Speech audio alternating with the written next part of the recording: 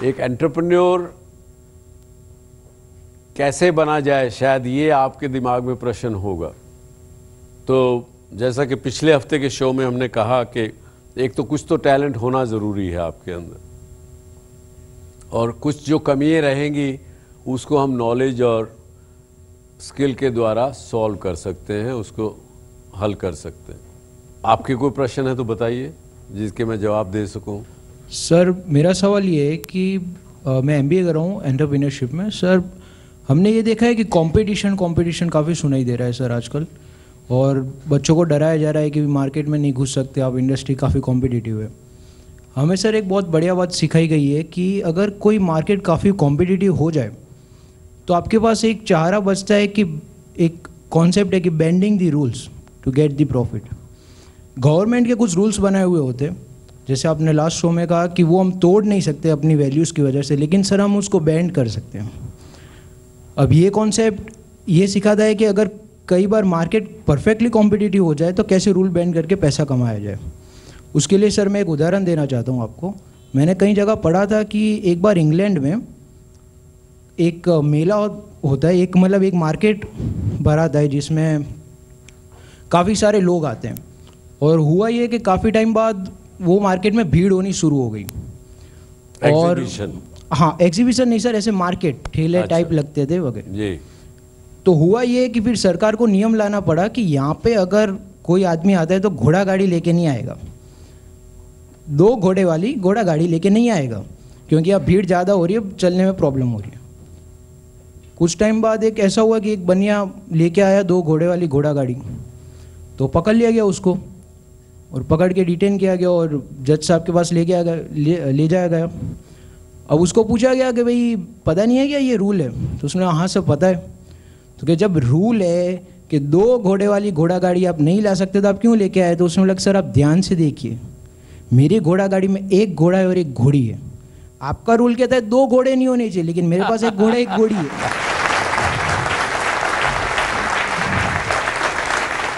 अब सर ये चीज़ मैं ये पूछना चाहता हूँ कि बेंडिंग करना किसी रूल को क्या गलत है? पहला सवाल ये।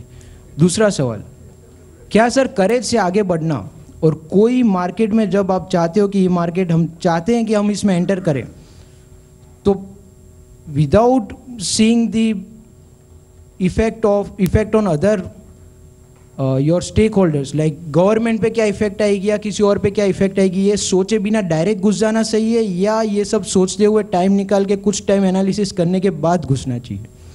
Very good question. देखिए, सबसे पहले तो आपका क्वेश्चन था कि जब आपको लगे कि बड़ा कंपेटिटिव मार्केट हो गया किसी भी प्रोडक्ट को लेके, उसमें मैं जाऊं कि नहीं जाऊं। आप किसी भी प्रोडक्ट, किसी भी इंडस्ट्री को देखिए, कुछ समय के बाद एक आदमी शुरू करता है एक इंडस्ट्री पहली बार, दूसरा कंपटीशन तुरंत आ जाता है, तीसरा फॉलो करता है, चौथा उसमें कुछ इम्प्रोवाइजेशन करता है, उस प्रोडक्ट को कुछ और ज़्यादा इम्प्रोवाइज करके देते हैं, वो फिर सभी इंडस्ट्री फॉलो करती है। एक समय ऐसा आता है कि कंपटीशन में जितने लोग हैं वो सब एक जैसे दिखने लगते हैं। किसी भी चीज़ को ले लीजिए, आज हिंदुस्तान में न्यूज़ चैनल चल रहे हैं जिसपे शो भी आप देखते होंगे, वो जितने न्यूज़ चैनल खोल लीजिए सब में एक ही जैसी बात आ रही है, कोई फर्क नहीं है किसी में भी। अब आपके फिर भी क्योंकि कुछ तो करेंगे, या मान लीजिए आप उस कंपटीशन में ऑलरेडी हैं, आप अपने आप को अलग कैसे कर पाएंगे, अलग से हटके कैसे उसको कर पाएंगे? तो वो जैसा पिछले शो में हमने कहा, एक तो आपका सबसे बढ़िया आपका बिजनेस, चाहे छोटा बिजनेस हो चाहे बड़ा बिजनेस हो, अगर आपके पास ह्यूमन रिसोर्स अच्छा है, आपके पास टैलेंट अच्छा है, आपके पास जो सॉफ्ट पावर है वो यदि अलग है, तो आप काफ़ी कुछ कंपटीशन से अच्छा कर सकते। जैसे आज मैं कह सकता हूँ अपने गर्व से, क्योंकि एक ओपन बात है, आज हिंदुस्तान में ब्रॉडकास्टिंग इंडस्ट्री जिसकी आज आप भागीदार बने हैं, ब्रॉडकास्टिंग इंडस्ट्री की टोटल ओवरऑल अगर देखें तो इस इंडस्ट्री में 7,000 करोड़ रुपया साल का नुकसान होता है हर साल में। ये लूजिंग इंडस्ट्री है। 7,000 करोड़ रुपया साल का लॉस है यहाँ। लेकिन हमने अपनी कंपनी में, हम जी एंटरटेनमेंट में 1200 करोड़ रुपए का पिछले साल प्रॉफिट कमाया। तो ये इसलिए नहीं कह रहा कि मैं अपना कोई ड्रम बीट करना चाहता हूँ, लेकिन हम अपने आप को अलग किस प्रकार से कर सकें इस कंपीटिंग एनवायरनमेंट में, उसके लिए आपको इनोवेटिव होना, इनोवेशन लाना, ये सब करना बड़ा ज़रूरी है। जब तक आप इनोवेट करते रहेंगे, चाहे वो आपके कॉस्ट ऑफ प्रोडक्ट में आप ठीक करें, उसको कम करें दूसरे के मुकाबले, चाहे उसका मोनेटाइजेशन ठीक से करें, अच्छे तरीके से करें, या किसी प्रकार से करें, आपको इन सब चीज़ों को करते रहना पड़ेगा, जिससे कि आप इनोवेशन प्लस सॉफ्ट स्किल्स, चाहे वो टैलेंट एक्विजिशन की है, चाहे आपके आईपीआर है, आप कुछ अलग से हटके करते हैं, ये सब चीज़ें जो हैं वो आपको यूनिक बनाएंगी। मैं नहीं समझता कि रूल्स को बेंड करना, ये कहना कि ये घोड़ा है, घोड़ी है, ये कोई बड़ा अच्छा आज के युग में उदाहरण है। मुझे लगता है कि वो समय चला गया जब हमारे देश के एंटरप्रेन्योर्स ने, उनको रूल्स बेंड करने पड़े, क्योंकि उस समय लाइसेंस का एक राज था, एक चीज़ कहने की, करने की बहुत दिक्कतें थी, उनके पास रिस्ट्रिक्शंस थी। मैं आपको उदाहरण एक देता हूँ। हमने एसएल पैकेजिंग कंपनी शुरू की 1991 में। अब क्या बनाते थे, हमारा प्रोडक्ट क्या था? टूथपेस्ट के लिए अलग तरह की ट्यूब बनाना, क्योंकि पहले हिंदुस्तान में लेड की ट्यूब बनती थी, मेटल की ट्यूब होती थी। और जब आप टूथपेस्ट, उस समय के, खैर आप तो यंग हैं, उस समय अगर किसी ने देखा हो तो वो टूथपेस्ट ऊपर से काली हो जाती थी, क्योंकि लेड का शोल्डर होता था, वो काली हो जाती थी, आप लेड अंदर चला जाए। तो किसी ने अमेरिका में, किसी एक परिवार ने, उनके बच्चे ने जब टूथपेस्ट किया, वो लेड अंदर चला गया, उससे उसको अल्सर हो गया, उससे उन्होंने कोर्ट में सू किया। तो ये नई प्रकार की ट्यूब बनी जिसमें मेटल अंदर, दो प्लास्टिक के बीच में मेटल लैमिनेटेड किया हुआ था। तो हमने यहाँ शुरू किया।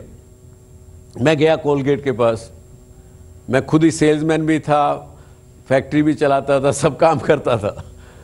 तो वहाँ गया तो कोलगेट ने कहा, सुभाष जी क्यों लें हम आपकी ट्यूब?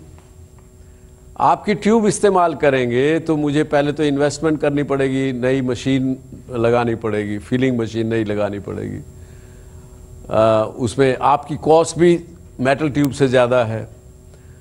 आज मेरे पास 15 सप्लायर खड़े हुए हैं लाइन में मेटल ट्यूब देने के लिए, आप अकेले यहाँ नई फैक्ट्री लगा के आए हैं, तो मैं आपसे क्यों लूँ? नहीं लूँगा।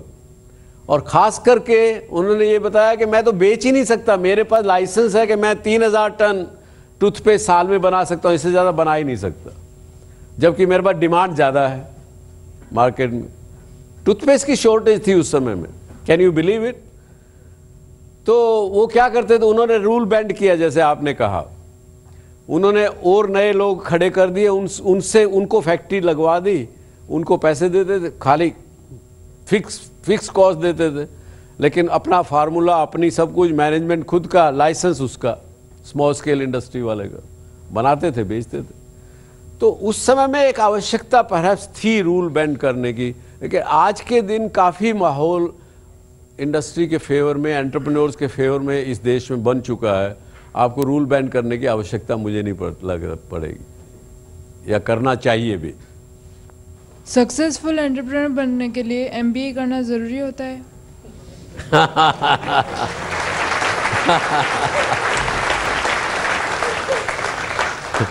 अब मैं, प्रोफेसर साहब नहीं है तो जवाब दे सकता हूँ ईमानदारी से। आंसर है नहीं, शॉर्ट आंसर है नहीं। क्योंकि देखिए, एमबीए करने में आपको मदद मिलेगी ज़रूर, क्योंकि वो नॉलेज आप एक्वायर कर रहे हैं, लेकिन knowledge is one part of becoming a successful entrepreneur. Talent is another one. Experience is wise then. All everything put together. Experience तो बाद में आता है जब आप successful होते हैं तो.